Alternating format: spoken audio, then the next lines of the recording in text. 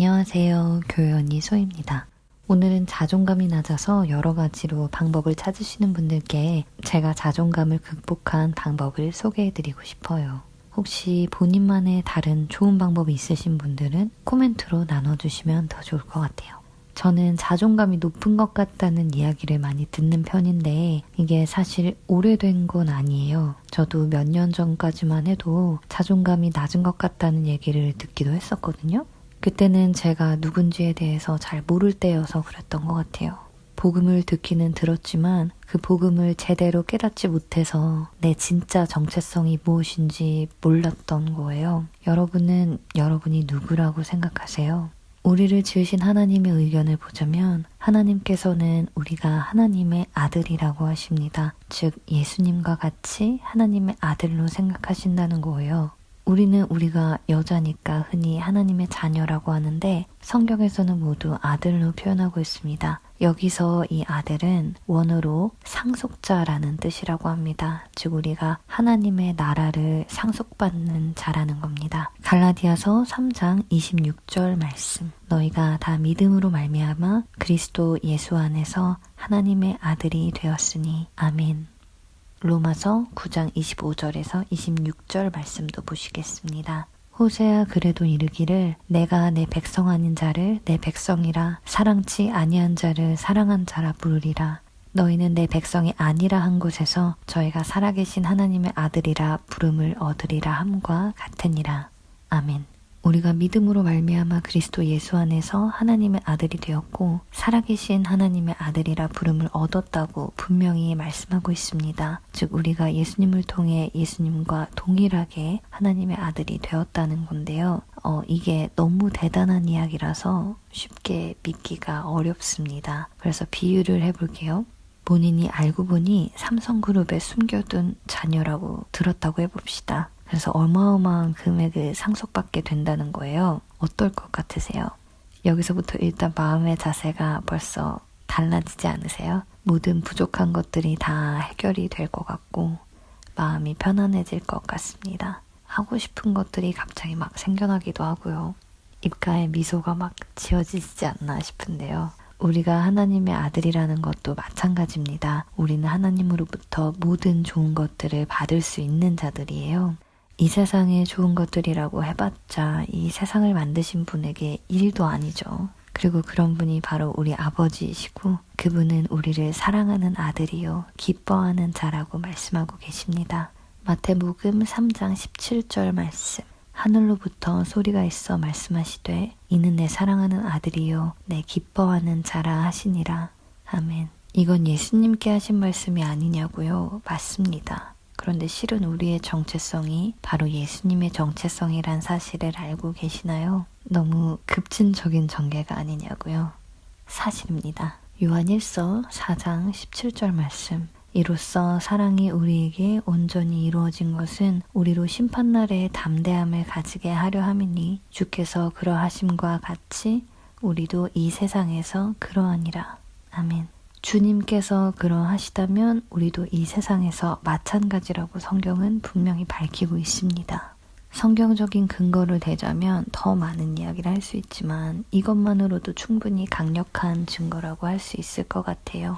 여러분은 여러분 스스로를 누군가가 여러분을 떠올리기만 해도 웃음이 나고 설레고 기뻐하는 사람이라고 여기시나요? 하나님께서 여러분들을 그렇게 생각하신다는 사실을 믿으시나요? 그게 여러분의 진짜 정체성입니다. 하나님의 사랑을 받는 자라는 정체성 말이죠. 하나님이 여러분을 떠올리시면서 막 설레하시고 좋아하신다는 거예요.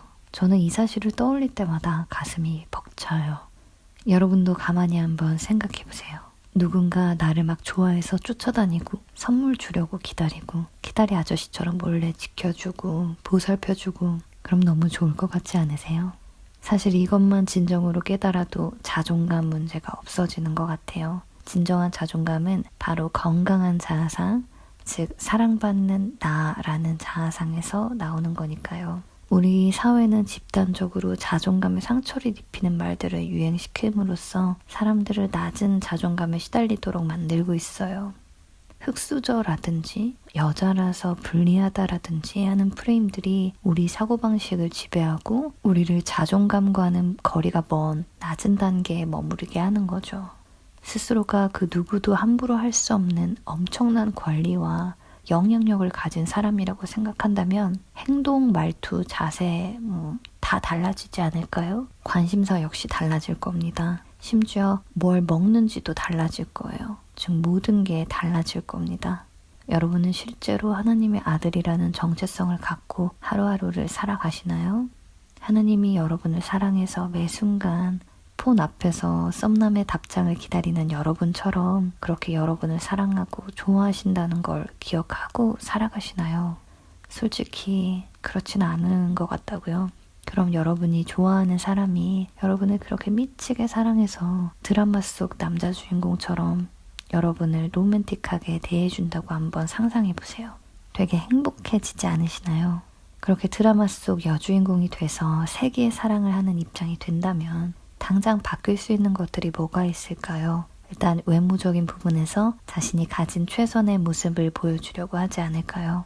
보통 결혼을 준비하는 신부들은 결혼식에서 가장 아름다운 모습을 남기기 위해서 다이어트도 하고 피부 관리도 하고 비싸게 메이크업도 하고 웨딩드레스를 입고 일상이 다시 없을 정도의 단장을 하잖아요. 우리가 평소에도 하나님의 신부라는 정체성을 갖고 예쁘게 화장도 하고 제일 예쁜 옷을 입고 제일 예쁘게 보이는 머리를 하고 향이 좋은 향수를 뿌리고 또 예쁘게 웃는 연습까지 한다면 삶이 정말 다를 것 같지 않으세요? 결국 자존감을 높이는 순서는 바로 내면의 변화에서 외면의 변화로 나아가는 것 같아요. 자아상에서 변화가 일어나면 외면이 바뀌는 것은 자연스러운 결과입니다. 하지만 세상에서는 거꾸로 말하죠. 외면을 아름답게 가꾸면 자존감이 높아진다고 하는데 글쎄요, 거기에 만족이 있을까요? 일시적일 순 있겠죠. 하지만 영원하진 않습니다. 시간이 갈수록 패션 트렌드도 성형 트렌드도 변화하고 궁극적으로 나이가 들면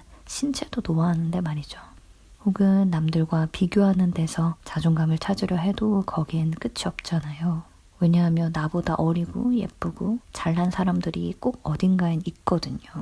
결국 자존감이 외면에 근거한다면 시간이 갈수록 자존감은 퇴화될 수밖에 없는 운명이라는 건데 그건 너무 슬프잖아요. 비극적인 결말인 걸 알고 사는 건 너무 슬픈 일인 것 같아요. 여러분 이제 여러분의 정체성이 예수님처럼 하나님의 사랑을 받는 자라는 걸 아셨다면 그 정체성을 오늘 하루부터라도 충분히 누리면서 살아가셨으면 좋겠어요. 그러니까 본인을 소중하게 다뤄주세요. 하나님으로부터 엄청난 사랑을 받으시는 분이시잖아요. 무엇을 하든 하나님의 아들로서 스스로를 생각해 주세요. 스스로를 그렇게 사랑하고 아껴주시면 다른 사람들이 본인을 어떻게 생각하든 더 이상 문제되지 않습니다. 물론 다른 사람들도 여러분이 뭔가 다르다는 걸 알긴 할 거예요. 여러분의 진짜 정체성은 이 우주 만물을 지으신 하나님으로부터 사랑받는 상속자이기 때문에 두려울 게 없을 테니까요. 그렇게 인생이 완전히 달라지게 될 겁니다. 그 정체성을 가지고 주어진 아름다운 오늘 하루를 누리시기 바라며 저는 다음 시간에 인사드릴게요. 평안하세요. 감사합니다.